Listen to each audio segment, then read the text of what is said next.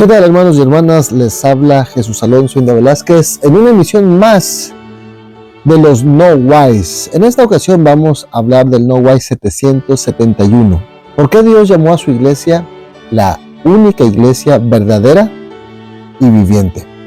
Un tema que es interesante, sobre todo cuando hablamos de las demás iglesias, que de alguna manera podemos decir como si estuviéramos desacreditando a las demás iglesias. Vamos a poder analizar estas declaraciones que, de acuerdo a las revelaciones que recibió el profeta José Smith, es lo que podemos ver y aprender en cuanto a esa declaración que hace el Señor Jesucristo. Muy bien, vamos a ver entonces a qué se refiere en esta primera parte que llamamos el conocimiento.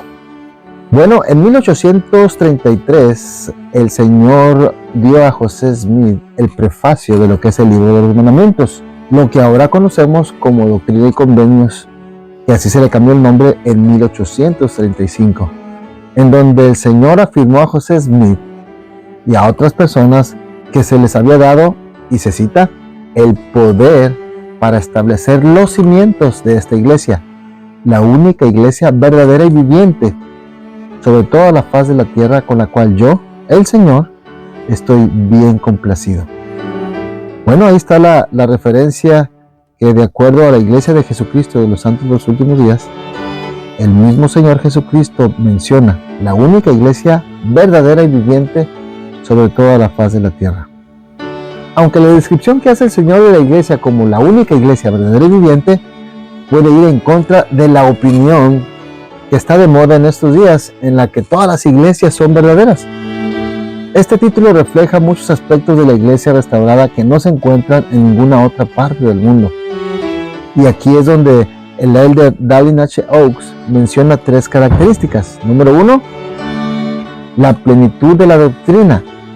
Número 2, el poder del sacerdocio. Y número 3, el testimonio de Jesucristo. Esos tres aspectos son los que explican por qué Dios ha declarado y por qué sus siervos, sus profetas y apóstoles sostienen que esta es la única iglesia verdadera y viviente sobre toda la faz de la tierra. Muy bien, en primer lugar, vamos a hablar sobre lo que significa la plenitud de la doctrina. Bueno, ¿qué se refiere a esto, hermanos y hermanas? La iglesia de Jesucristo de los Santos de los Últimos Días disfruta de lo que acabo de mencionar, una plenitud de la doctrina de Jesucristo, que es el plan que nuestro Padre Celestial ha establecido para el progreso eterno de sus hijos. Y aquí entonces el presidente Oaks enseñó: muchas denominaciones religiosas o filosofías que existen en el mundo actual cuentan, en mayor o menor medida, con verdades que Dios reveló en épocas anteriores, junto con una mezcla de las filosofías o manipulaciones de los hombres. Sin embargo, la Iglesia de Jesucristo de los Santos de los Últimos Días difiere o es diferente en ese aspecto, porque la plenitud de la doctrina fue restaurada completamente después de la gran apostasía que vimos en uno de los No Wise pasados. Ahora bien, hermanos y hermanas, aquí es algo bien importante, porque esta es parte de esta declaración del Señor de que es la única iglesia verdadera. A veces lo podemos hacer en un modo que ofende en gran medida a las personas que pertenecen a otras iglesias o que se adhieren a otras filosofías. Sin embargo, Dios no nos ha enseñado nada que deba hacernos sentir superiores a otras personas. Eso es algo bien importante que debemos mencionar. Si recordamos al profeta Jacob, hablándole de los nefitas, les hacía reflexionar hacia los lamanitas y les decía: ¿a poco creen ustedes que por ellos ser lamanitas, ustedes son mejores que ellos? Y de alguna manera Jacob puso en su lugar, o les llamó la atención a los nefitas para que pudieran recordar los convenios que habían hecho, porque se estaban separando de ellos. Y aquí debemos hacer énfasis en eso. No somos superiores a nadie más por declarar y decir que estamos en la única iglesia verdadera y viviente. Y de hecho debemos entender que muchas de esas iglesias tienen parte de la verdad, aunque sí hacemos esa indicación, pues que tenemos la plenitud de esta doctrina, que es el primer punto que estamos explicando aquí. Desde luego, dice el presidente Oaks, desde luego, todas las iglesias y filosofías tienen algo de verdad en ellas, unas más que otras. Ciertamente Dios ama a todos sus hijos y ciertamente el plan de su evangelio es para todos sus hijos, todo de acuerdo con su propio tiempo.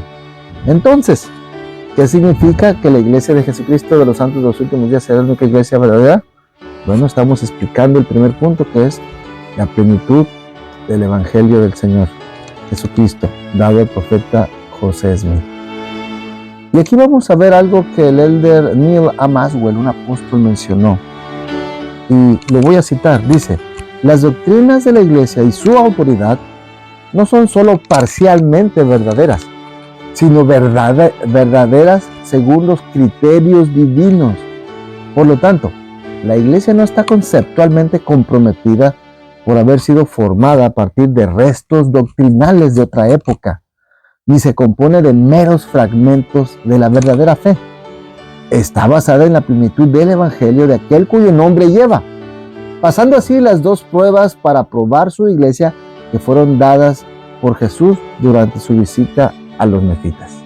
Ahora bien, hermanos y hermanas, el elder Maxwell, el apóstol, mencionó y explica esa parte. Todas las doctrinas de la iglesia, todas, son necesarias y trabajan juntas, no pueden estar separadas. No podemos quitar unas partes por otras. De lo contrario, entonces, si nos centramos en ellas de forma individual y exclusiva, estas doctrinas son tan poderosas que podemos desviarnos, dice. Las doctrinas de la iglesia se necesitan unas a otros, así como nosotros necesitamos unos de otros. No podemos separarlas ni especializarnos en alguna de ellas, porque todas son necesarias. Aunque las diferentes iglesias del mundo tienen parte de esa doctrina que estableció Jesucristo, ninguna cultiva su plenitud completa. Y aquí viene algo importante, que es lo que la iglesia de Jesucristo de los santos de los últimos días menciona. Una parte bien importante del evangelio de Jesucristo es que descansa en la guía de profetas y apóstoles. Pero no solamente los apóstoles y profetas que vivieron y que ya no están con nosotros, sino que son apóstoles y profetas vivos, los cuales el Señor actualmente ha llamado desde la época en que restauró su iglesia con José Smith. ¿Qué queremos decir con esto, hermanos y hermanas? Y para las personas que nos escuchan, la iglesia de Jesucristo de los santos de los últimos días afirma tener profetas, videntes y reveladores, y apóstoles, videntes y reveladores, los cuales reciben esa guía del Señor. ¿Cómo reciben esa guía? Bueno, el Señor puede hablar con ellos, puede manifestarse a ellos, puedes hacerles ver o sentir cuáles son las decisiones que deben de tomar para dirigir su iglesia. Eso es algo que solamente ellos saben cómo es que el Señor se los hace saber. Y ellos, día con día, mes tras mes, cada 6 meses que tenemos una conferencia general, nos hacen saber su voluntad. Y eso es importante que podamos conservarlo y analizarlo nosotros mismos.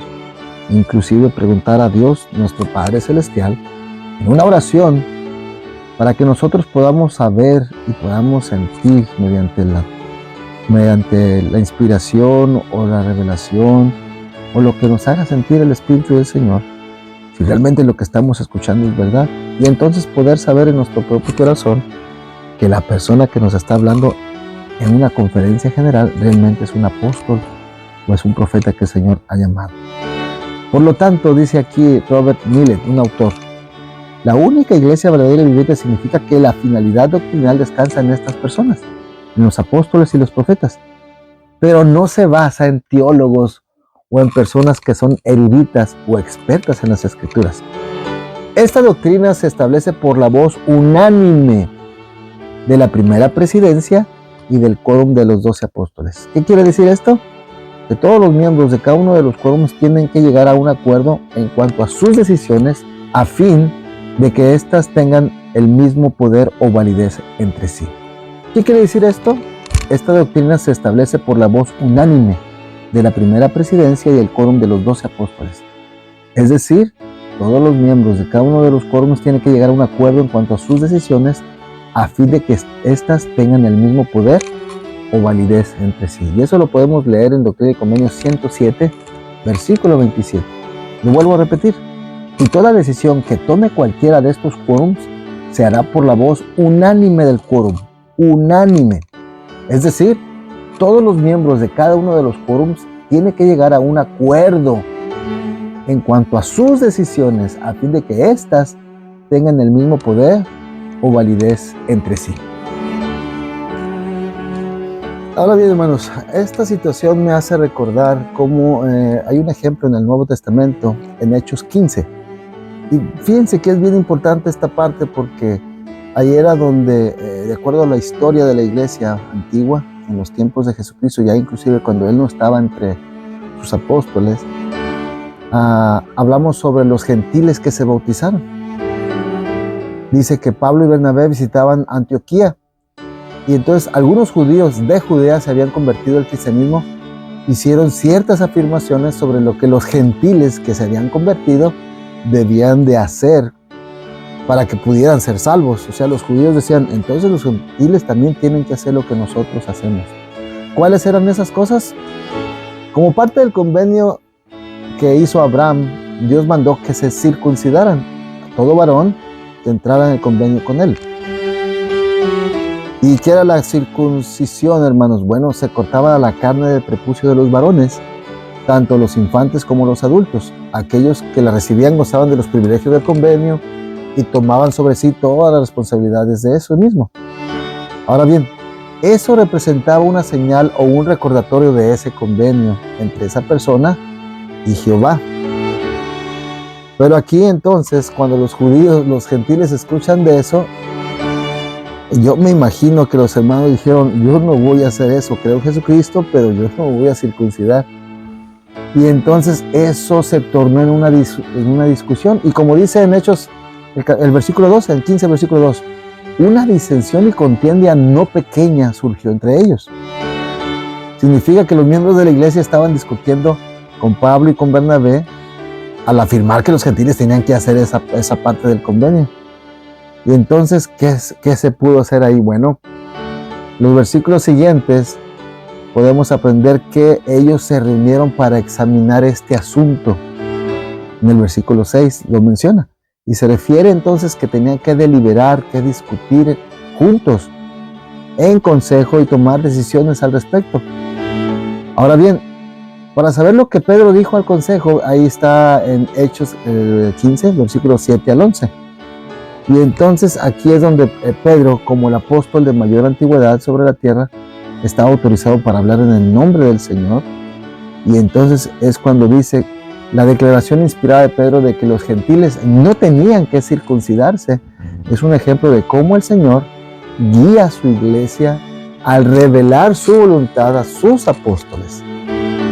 Por eso es que ahora en día es lo mismo, hermanos. De alguna manera, esa parte de la revelación es lo mismo. El Señor llama, habla, guía, instruye a nuestros apóstoles y profetas. No precisamente estando ahí presente, pero esa es una cuestión que yo no me atrevo a decir. Simplemente,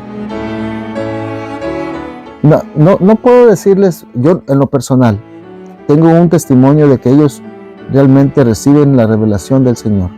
¿Cómo la reciben? No lo sé.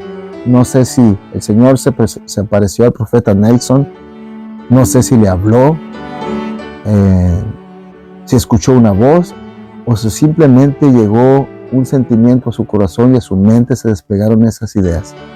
No lo sé, hermanos, pero nosotros podemos saber y sentir si realmente eso viene del Señor y de cómo es que el Señor nos va a testificar que Él es un profeta al cual Él ha llamado para que nos pueda guiar.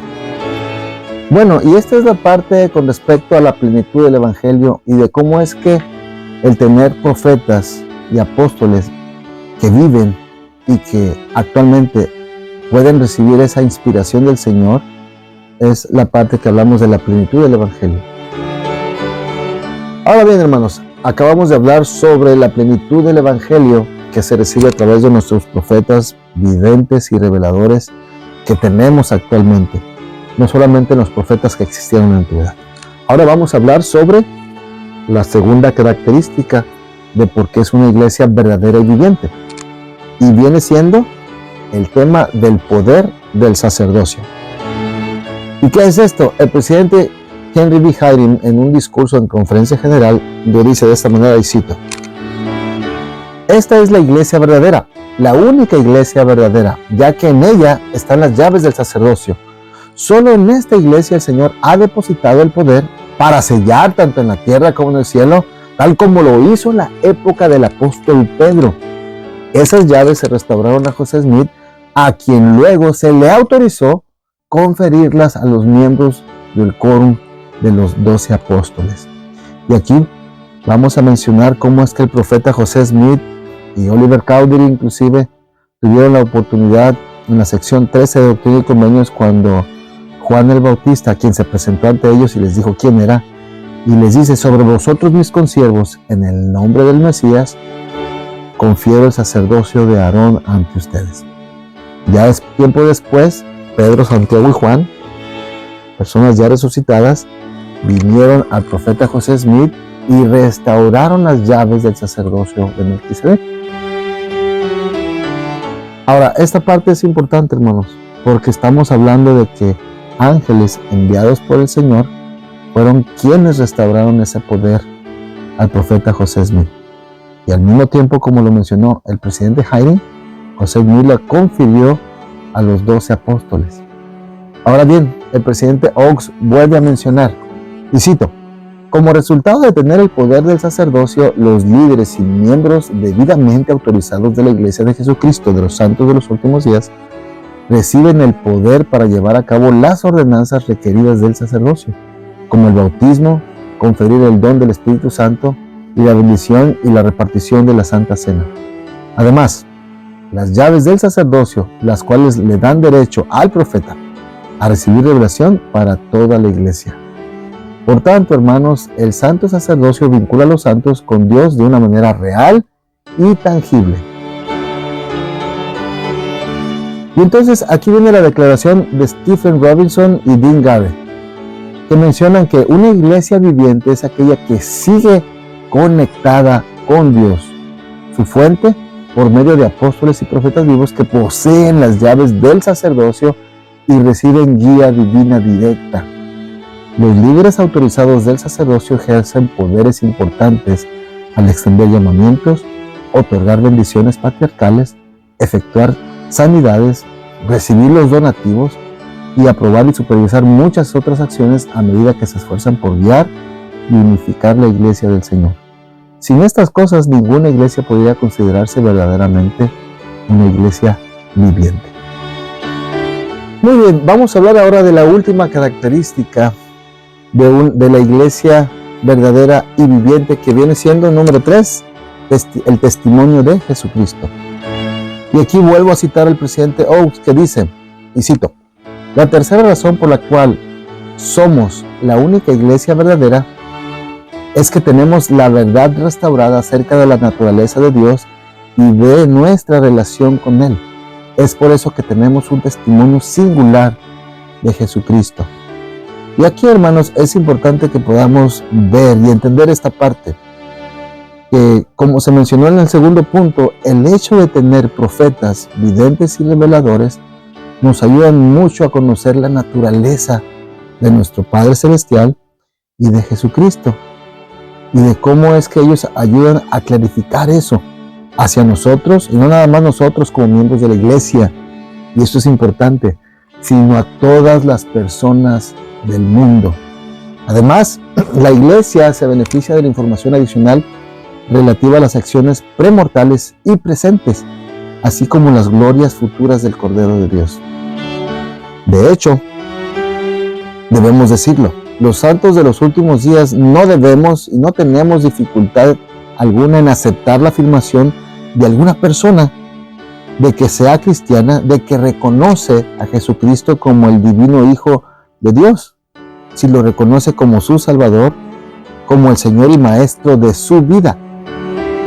Entonces, mientras que la mayoría de los líderes y discípulos religiosos son creyentes sinceros que aman a Dios, que lo entienden y lo sirven de lo mejor que pueden, así como nosotros, deseamos que todos los que investiguen la iglesia y quieran conocer y que provengan de otras ideologías, iglesias o sistemas de creencias, puedan tener todo lo bueno que ellos tienen y que vengan y que de alguna manera podamos aumentar el entendimiento de la verdad y su felicidad en la medida en que lo pongamos en práctica. Muy bien, hermanos y hermanas, estamos aquí en la parte final de este No Way, de este artículo que es bien interesante, en la parte del por qué. Y se menciona mucho en este artículo.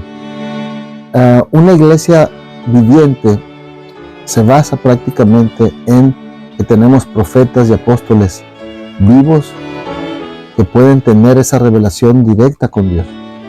El presidente Russell M. Nelson ha enseñado y dice: si piensas que la iglesia ha sido completamente restaurada, solo estás viendo el principio. Hay mucho más por venir. Ahora bien, esto es solamente a través de un profeta vivo, un profeta que es de carne y huesos, que está vigente ahora en día. El elder Maxwell hace referencia a eso y lo dice de una manera muy clara. La iglesia no está ni muerta y no está agonizando. La iglesia, al igual que el Dios vivo que la estableció, está viva, es consciente y está funcionando. No es un museo que alberga una fe fosilizada, una fe antigua o vieja. Más bien es un reino cinético caracterizado por una fe viva en discípulos vivos.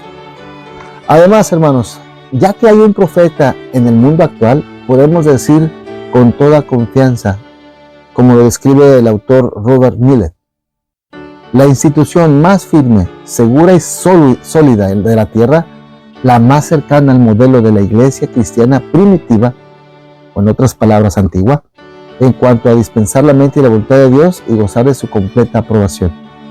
O como lo señalan Robinson y Garrett, el Evangelio no es solo el sistema religioso concreto que utilizan los santos de los últimos días para entrar en el reino de Dios, sino que es la única forma de entrar en el reino de Dios y no hay otra manera. El presidente Jeffrey R. Holland testificó recientemente de ese mismo principio y dice: la iglesia de Jesucristo de los santos de los últimos días es el vehículo que Dios ha proporcionado para nuestra exaltación. El evangelio que ésta enseña es verdadero y el sacerdocio que la legitima no tiene derivación. Puesto que Dios ha llamado a esta la única iglesia verdadera y viviente, ha establecido un plan de salvación, hermanos y hermanas, en donde todas las personas en ambos lados del velo pueden llegar a conocer al Salvador Jesucristo y recibir las ordenanzas necesarias para unirse a su reino. Y aquí es donde yo quisiera decir, ya para terminar este artículo del No Way, y es la misma invitación que hacen todos los misioneros en la iglesia. Nosotros podemos escuchar al profeta cada 6 meses o podemos leer sus palabras en lo que llamamos la revista Leona. El testimonio que yo adquirí de un profeta viviente fue cuando los escuché, y ese sentimiento de paz y de tranquilidad y una seguridad de que realmente el Señor nos dirige a través de ellos fue lo que me ha ayudado a poder saber que lo que ellos digan son cosas que debemos de hacer. Ellos son quienes dirigen la iglesia. Obviamente la iglesia es ahora una iglesia mundial. En los tiempos de Cristo era una organización similar, pero no era tan compleja como lo es ahora, por lo grande que es. Y es la misma invitación, hermanos, que les hacemos a ustedes. He citado aquí a 2, 3 de los apóstoles, inclusive el profeta Russell M. Nelson.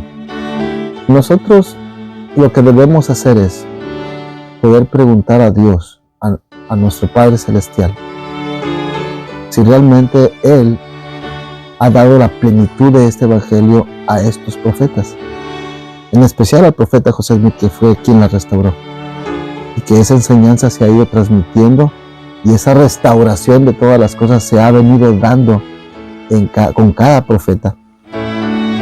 En cuanto al sacerdocio, lo que puedo decir es que he sido testigo de cómo es que ese poder del Señor realmente ha bendecido a las personas. y cómo es que a través de él se mantiene ese orden y la manera en que podemos bendecir a los demás mediante ese poder. Y por último, hermanos, todo esto es basado en nuestro testimonio de Jesucristo. Estos profetas y apóstoles testifican de Él, nos enseñan de Él. Pero lo importante es que no vivamos del testimonio de ellos, porque ellos lo tienen. Lo importante es que nosotros podamos buscar ese mismo testimonio. Ese testimonio fue lo que a mí me animó y me ayudó a entender que cuando yo iba a salir a una misión no iba a enseñar algo que realmente fueran mentiras. Ese testimonio a mí me ayudó a saber que lo que iba a testificar es verdadero y que no iba a perder mi tiempo. Como personas pensantes, nosotros podemos meditar en nuestros corazones, podemos comparar las escrituras, podemos leerlas y analizarlas. Y lo más importante no es el no why que se va a estar explicando cada semana o lo que hemos publicado en Central de las Escrituras. Lo más importante es que cuando ustedes escuchen un mensaje, ya sea por la voz autorizada del Señor, que son los profetas y apóstoles, o ya sea por las voces independientes, como lo dijo el apóstol Werner, que somos nosotros, lo más importante es que usted, hermana, hermano, puedan arrodillarse y preguntar a Dios si realmente estas cosas son verdaderas. Y ahí la importancia de que cada misionero y misionera de la iglesia les ayuden a las personas a realmente arrodillarse y preguntar, ¿esto es cierto? Hermanos y hermanas, muchas gracias por su atención en este día, que podamos meditarlo y de igual manera poder fortalecer nuestro testimonio de lo que el Señor nos ha enseñado a través de esta su única iglesia verdadera y viviente. En el nombre de Jesucristo, amén.